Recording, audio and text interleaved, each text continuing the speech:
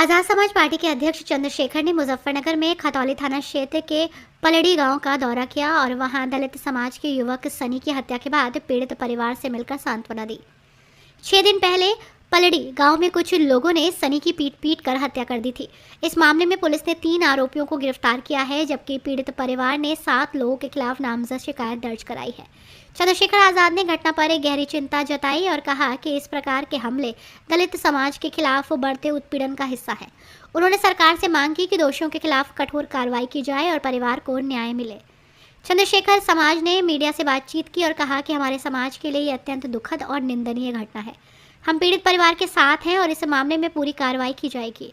ये केवल एक हत्या नहीं बल्कि समाज के दबे कुचले वर्ग के अधिकारों पर हमला है।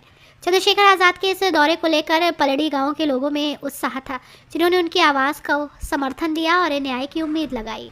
पीड़ित परिवार से भी मुलाकात की है। जी देखो, मैंने आपसे पहले भी कहा और अब फिर कह रहा हूँ, जिसका जाता है उसी को पता होता है। क्योंकि मैंने ये काम अपने कंधों पे उठाया है कि जहाँ भी किसी के साथ अन्याय होगा वहाँ हम लोग जाके उसकी मदद करेंगे। इसीलिए मैं इस परिवार के आंसू पोंछने के लिए यहाँ आया हूँ। लेकिन अभी तो मदद में बहुत कुछ है। मेरे अधिकारियों से बात हुई है कि जो दोषी हैं उन पर कार्रवाई हो, उनकी गिरफ्तारी हो। और इस परिवार को, क्योंकि उत्तर प्रदेश में ये हो रहा है, कई जगह पे जिन परिवारों के साथ अन्याय हुआ है, जिनके कमाने वाले लोग हैं, उनकी सरकार ने मदद की है। तो इस परिवार के लिए पूरे समाज ने, यहाँ के किसान समाज ने, कमेरे समाज ने ये मांग रखी है कि इस परिवार को कम से कम 1 करोड़ रुपए का मुआवजा और एक सरकारी नौकरी मिलनी चाहिए।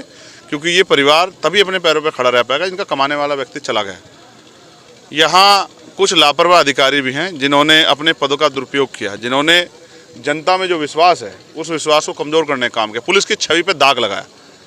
ऐसे अधिकारी जो जनता से दुर्व्यवहार करते हैं, मैं यहाँ के वरिष्ठ पुलिस अधीक्षक से, यहाँ के जिलाधिकारी से और जो संबंधित अधिकारी उनसे कहूँगा, और मैं खुद वार्ता भी करूँगा कि ऐसे अधिकारियों को सस्पेंड करके और उन पर कार्रवाई करनी चाहिए विभागीय, जो तनख्वाह तो जनता से के लिए लेते हैं, जनता के टैक्स से, और काम अमीरों का करते हैं, जनता काम नहीं करते। ऐसे अधिकारियों पे भी उनको चिन्हित करके कार्रवाई की जाए, उनकी कार्यशैली पे भी, और उनको भविष्य में इस तरह के चार्ज से भी रोकना चाहिए।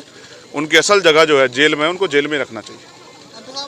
पुलिस ने 10 दिन का समय मांगा है, आपने आज 10 दिन, तुम्हारे 11वें दिन हमारा। हाँ, अगर 10 दिन में, जो कि उपयुक्त है, उन्होंने ही मांगा आपके सामने, मैंने जबरदस्ती तो नहीं की।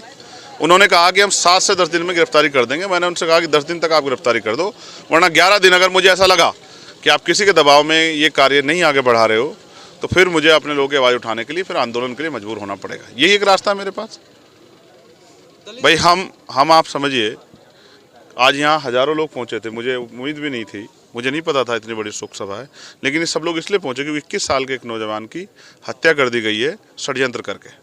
और इस तरह के गिरोह यहाँ जो हैं वो सक्रिय हैं, लेकिन पुलिस उनको पकड़ने में और उन पर कार्रवाई करने में उनके आगे बेबस नज़र आ रही है। ये क्या कारण है?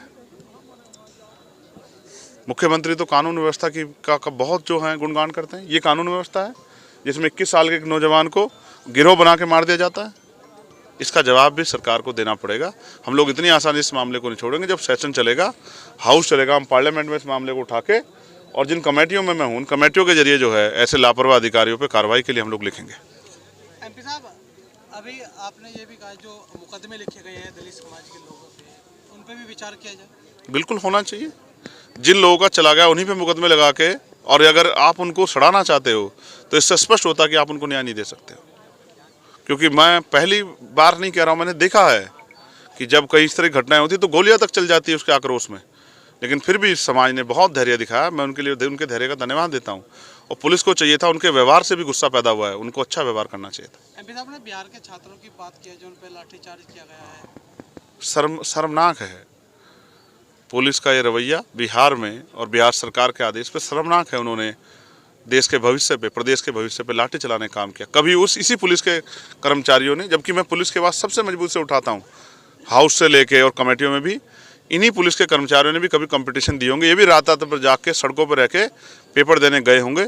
आज उन बच्चों पे जब अन्याय कर रही है सरकार, उनकी आवाज़ बनने की जगह उन पर लाठी चलाना, मैं इनमें ज़्यादा पुलिस का दोष इसलिए नहीं दे पा रहा हूँ बिहार में, क्योंकि सरकार की मर्जी से हो रहा है। इस सरकार को जनता सबक सिखाने का काम करेगी। एमपी साहब, संभल है, संभल में एक जो चौकी की ज़मीन है उसको लेकर विवाद हो रहा है, वक्फ की ज़मीन बताई जा रही है।